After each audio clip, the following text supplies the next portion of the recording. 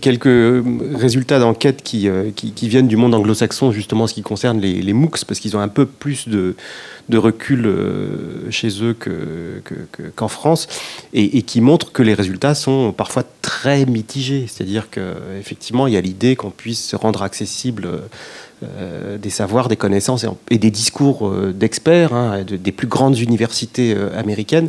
Et en fait, les enquêtes montrent que sur la masse, il y a effectivement un effet d'aubaine énorme, beaucoup d'inscriptions massives pour les premières étapes, parce que les MOOCs, ça se fait par cycle, par étapes, qui donnent lieu d'ailleurs à des formes de validation et de contrôle suivis, notamment par QCM, et qui montrent qu'il y a une déperdition considérable du public des MOOCs. Il y a des gens qui ne s'accrochent pas, justement parce qu'ils manquent d'une scène sociale, physique, et surtout d'une médiation humaine et experte. Et donc il y a manifestement, c'est le début aussi, il ne faut pas non plus conclure trop vite, mais il y a quand même pas mal de déchets.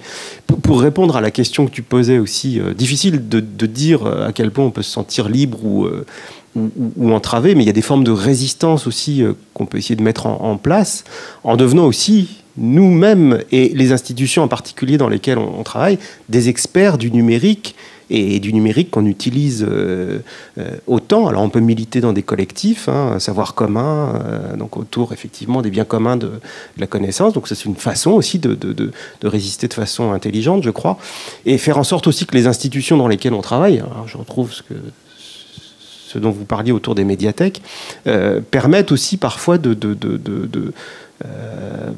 montrer des directions, d'apporter un peu d'aide, d'alerter les gens aussi sur ces questions comment dire, liberté surveillée numérique. Qu'est-ce que ça veut dire que d'utiliser les suites Microsoft, toute la gamme des outils Google déclinés. Je vois qu'aujourd'hui, il y a des ateliers numériques dans les médiathèques qui consiste notamment à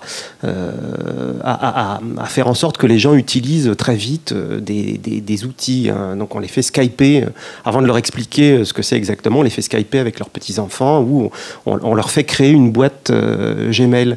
Moi je pense qu'il faudrait une étape peut-être intermédiaire aussi, où on pourrait leur dire, voilà, l'état des forces, les outils qui sont développés par telle ou telle compagnie. Gmail, c'est une suite qui permet aussi à Google à un moment de vous pister sur tout, quoi, sur tous les outils que vous utilisez et sur les mails que vous envoyez, parce qu'il y a aussi ces formes de lecture industrielle où ils savent ce qu'on écrit et ils peuvent le réutiliser ensuite, le réinjecter. Quand on utilise Google aujourd'hui, vous avez vu maintenant avec les premiers résultats qui s'affichent sont des résultats de publicité.